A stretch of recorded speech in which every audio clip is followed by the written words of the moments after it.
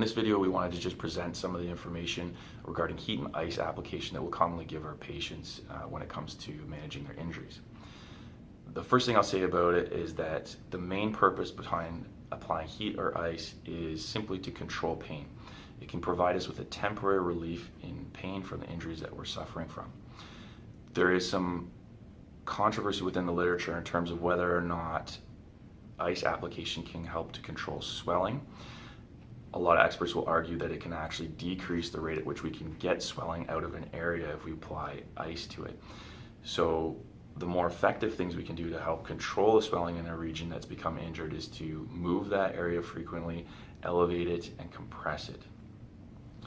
We often don't tell too many patients that they have to ice a swollen area, but if they like to do it because they get pain relief from it, then we will go ahead and allow them to do so.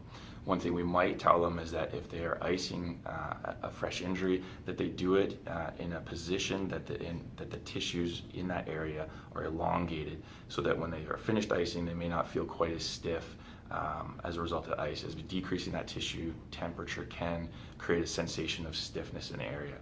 So we may use that advice for a lot of patients, particularly if they're going to use ice application right before any sort of sports activities.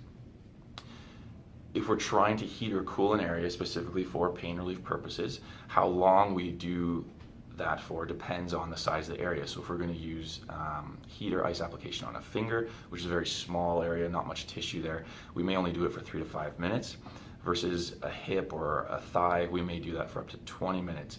We have to consider how thick the tissue is and how deep we need to penetrate with that heat or that ice to have the pain relief effect. So that will dictate how long we leave the heat or ice on that area for.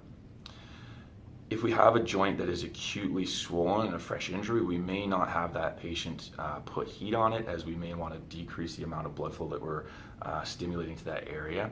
If we put heat on a freshly swollen joint, we may cause more swelling to accumulate, which could slow down the healing process, or at least increase the amount of stiffness and pain that person feels in that area.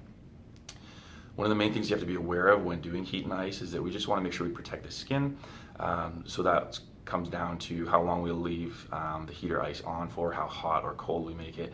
And then we also will put a slight barrier in between the skin and the heat or ice in terms of trying to protect the skin.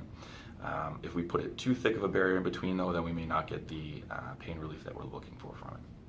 Hopefully that helps everybody in making their decisions when they're trying to heat and ice an area, and help you understand why we may or may not do it.